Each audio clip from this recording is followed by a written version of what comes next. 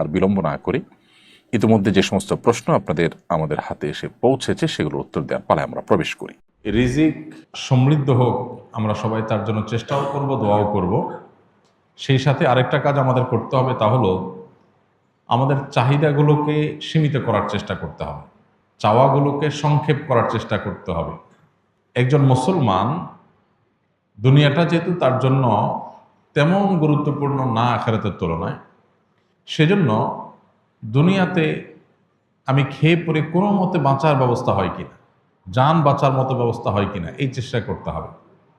আমাদের নবী করিম সাল্লা সাল্লামের বাসায়, তার ঘরে মাসকে মাস অতিবাহিত হয়েছে, শুধু শুকনা খেজুর আছে, কিচ্ছু নাই, চাল ডাল গোশ কিচ্ছু নেই, মাসকে মাস। আপনি বা আমরা নিশ্চয়ই এর চাইতে বেশি অভাবী না, কিন্তু নবী করিম সাল্লাহ সাল্লাম কোনোদিন তার অভাবের ব্যাপারে কারো কাছে অভিযোগ করেন নাই। তার মানে ওইটা তিনি মেনে নিয়েছেন যে আল্লাহ তাআলা আমার কি অবস্থা রাখছে, আলহামদুলিল্লাহ। তরকারি নাই, লবণ দিয়ে ভাত খাবো, কাঁচামরিচ দিয়ে খাবো, ভাত দুই বেলা নাই, একবেলা আছে, একবেলা খাবো, বাদ দুই বেলা সবর করবো। এই মানসিকতাটা লালন করলে যেটা হবে, এই যে রিজিকের কষ্ট, যতটা না ক্ষুধার কষ্ট, যতটা না পেটের কষ্ট, তার চেয়ে বেশি মনের কষ্ট। যেমন নাই, মানসিকভাবে আমি ডিপ্রেসড হয়ে যাচ্ছি, অনেকের আছে আমার নাই, পেরেশান হচ্ছি, দুশ্চিন্তাগ্রস্ত হচ্ছি। এজন্য এগুলো উচিত না, এগুলো যথাসম্ভব দূর করার চেষ্টা করা দরকার। অর্থাৎ আমি আমার নিজেকে চেষ্টা করব আমার চাহিদাকে সংক্ষেপ করার এবং যে অবস্থা আছে অবস্থা শুকর আদায় করার। সেই সাথে আপনি চেষ্টা করবেন, সাধনা করবেন, মেহনত করবেন এবং সিরিয়াসলি কাজ করবেন। আমাদের অনেক ভাই আছে যাদের রিজিকের কষ্টে তারা ভোগেন, কিন্তু রিজিকের কষ্টটা হয় মূলত বেশিরভাগ মানুষেরই সিরিয়াসনেসের ঘাটতি আছে, অথবা কোনো কাজকে ছোট মনে করেন, তিনি সব কাজ করতে চান না। মন মানসিকতা যদি এভাবে করেন যে আমি যে কোনো হালাল উপার্জনের মাধ্যম পাই সেটা আমি করবো ইনশাআল্লাহ, এক জায়গায় একটা কাজ করছি, সব বেটে বলে হচ্ছে না, সব মন মতে হচ্ছে না, এটাই দুনিয়া, এটা জান্নাত না, এখানে সব মন মতে হবে না। আপনি মনে করছেন অন্য অনেকে কাজ করছে, তারা কত শান্তিতে আছে। আপনি যাদেরকে শান্তিতে আছে মনে করছেন, হয়তোবা তারা অনেকে অনেক অশান্তিতে আছে, আপনি জানেন না। একজন খুব চকচকা অফিসে খুব টিপটপ গাড়িতে চলাফেরা করে, যাই দেখেন ওখানে তার এমন এমন কষ্টের মধ্যে সে আছে যে আপনি চিন্তাও করতে পারবেন।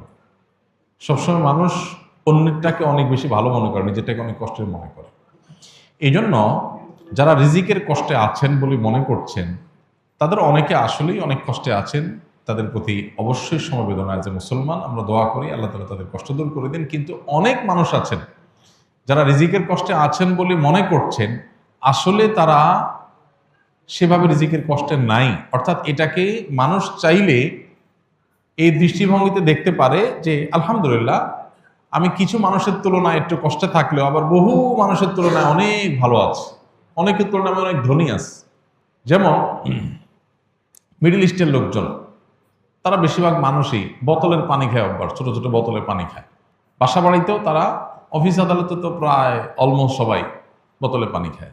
তাদের অনেক টাকা পয়সা, তারা আমাদের চাইতে অনেক বেশি ধনী দেশ, ধনী সমাজ, সেই হিসাবে তারা বোতলের পানি খায়, এটা তাদের জন্য একটা নর্মাল ব্যাপার।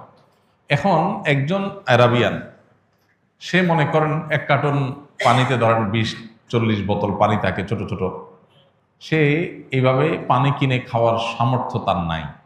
সে গ্লাসে করে ঢেলে ঢেলে বড় জার থেকে নিয়ে তারপর পানি খায়।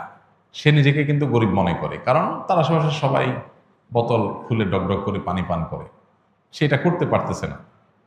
সে কিসের পানি খায়?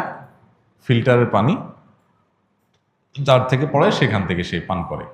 অথবা ফিল্টার করাও লাগে না, তাদের দেশে সব পানিগুলো জারের পানি ফিল্টার করাই আছে, ওইগুলো খায়, মগ দিয়ে খায়। তো মগ দিয়া যে খায়, এটা তার কাছে অভাবই মনে হয়। আহারে, আমি গরিব মানুষ, আজকে ওদের মতো টাকা থাকলে আমি বোতল খুলে ডকডক করে গিলতাম, একটা খাইতাম, ফালা দিতাম, আরেকটা ধরতাম।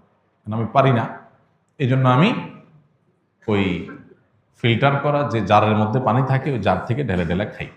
এটা হলো গরিবের অবস্থা। আমাদের দেশে সেই গরিবের যদি আপনি তুলনা করেন যে পানি ফিল্টার করা লাগে না, সব ফিল্টার করা আছে, শুধুমাত্র ডাইলা খাওয়া।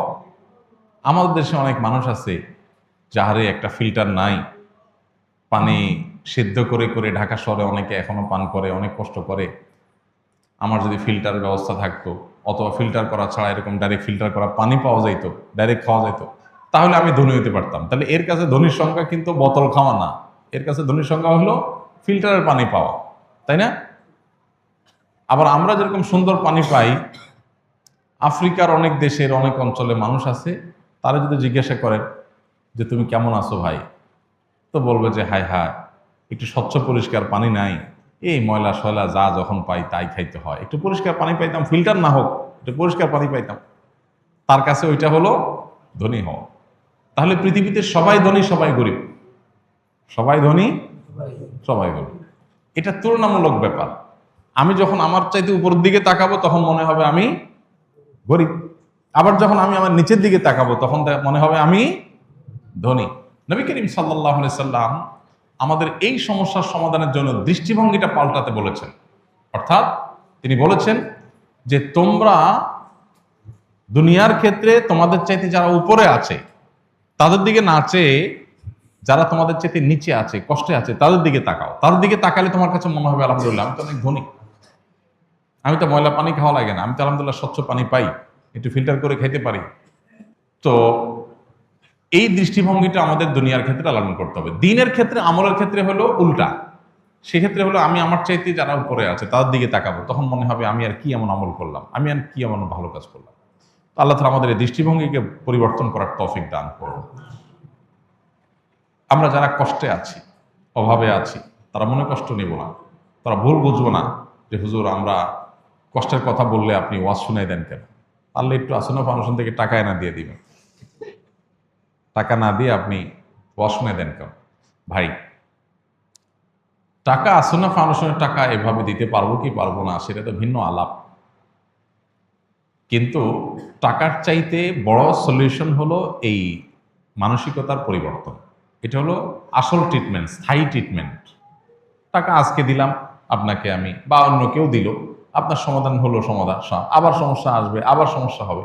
মানসিকতা যদি পরিবর্তন করে নেন দেখবেন যে আপনার ট্রিটমেন্ট নিজেরটা নিজে করতে পারবে। বেশিরভাগ ক্ষেত্রেই মানসিকতা পরিবর্তন করে আমাদের অভাবে আসি যে এই মানসিকতাই দূর করা সম্ভব। আমি অভাবে নাই, আমি অভাবে নাই আলহামদুলিল্লাহ, বহু মানুষের তুলনায় আমি ভালো আছি আল্লাহ শুকর। তাহলে আপনার মানসিকভাবে যে কষ্টটা এটাই দূর হয়ে যাবে।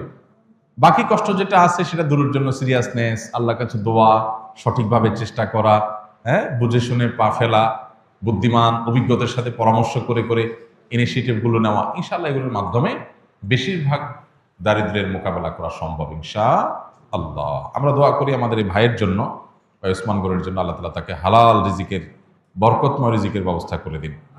আর অনেক ভাই অনেক কষ্টে আছেন রিজিকের, আল্লাহ তাআলা সবার জন্য ব্যবস্থা করে দিন।